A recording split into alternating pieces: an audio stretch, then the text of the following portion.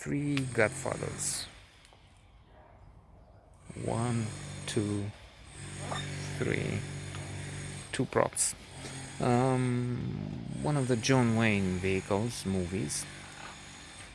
Not one of his best. This was the god of cinema in the days of old. Où sont les neiges d'antan? But a very, very complicated individual, apparently, dominating the charts, the popularity polls. He was the best known, most loved actor. He was, I've seen a documentary wherein American cinema, actually, very interesting, very good, in which they were talking about war movies and how soldiers loved him and his characters, and he was so prominent in barracks, in military outfits, if not everywhere, almost everywhere, I gather, even if he didn't take part in the war. Indeed, this is also one of the jibes, one of the punches thrown at him, if I remember well, in Trombone, a recent film with Bryan Cranston, excellent in the title role, about the blacklist, about some of the vile things happening in Hollywood decades ago. And John Wayne is a character, prominent. He was on the wrong side of things. Again, it's not as easy as that. It's not as simple as that. For us living here in Eastern Europe, that was at that time behind the Iron Curtain, someone who fights against communism is a hero. Now, McCarthy, John Wayne, and others exaggerated in attacking innocent people, not real communists. So that that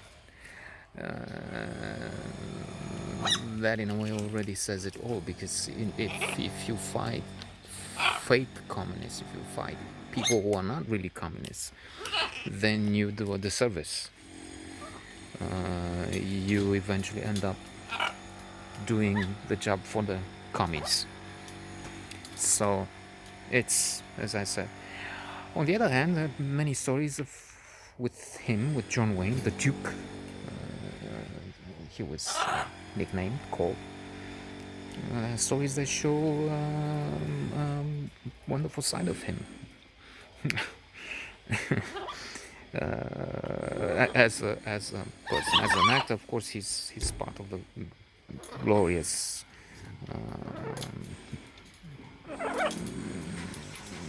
history of cinema, from the Stagecoach to Rio Bravo, and through many movies that have made it to the, for instance, among other lists, the New York Times' best 1,000 movies ever made. And from the top of my head, I think he's in about 10 there. I'm thinking of one where he is key character, the main character, really, and he always had the title role, I think, on a plane, but I don't have the name of it, which seems to be running out of fuel on its way from Hawaii to the Californian coast, and John Wayne's character has an important role there.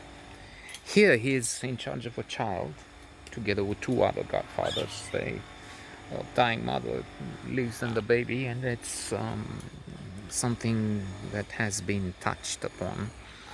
I'm not sure if, I don't think inspired by this, but we have three men and a baby in both French and Hollywood versions. much of the humor being how silly, inept, awkward men can be around an infant. And that's what John Wayne does in quite a few scenes. And putting some cream on him and then dealing with him and eventually trying to save him, to keep him alive when he's in a high risk of dying, because they have to cross a desert, they have to take care of him, and that's no easy task, especially in traumatic situations. So there is something in it. The vitality, the vibrancy, the courage, the tenacity, the grit. True Grit, by the way, it's another of the classics in which John Wayne is towering. Yes. A role later played by Jeff Bridges only a few years ago under the... Iar mă enervezi? Wait a second, I have to take my gun and shoot this son of a bitch here.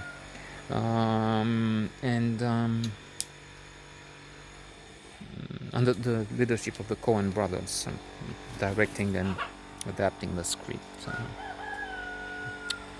So Three Godfathers. Not about the mafia, you gather that.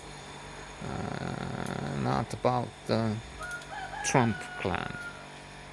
They act as mafia. It was said these days, mafia, as a mafia outfit in dealing with the elections, in saying they will be rigged, in the way they will try and steal it, and in everything they do. I mean, it's unbelievable. And they have tens of millions of people who vote for them. Alas, we don't know John Wayne, on what side he would be.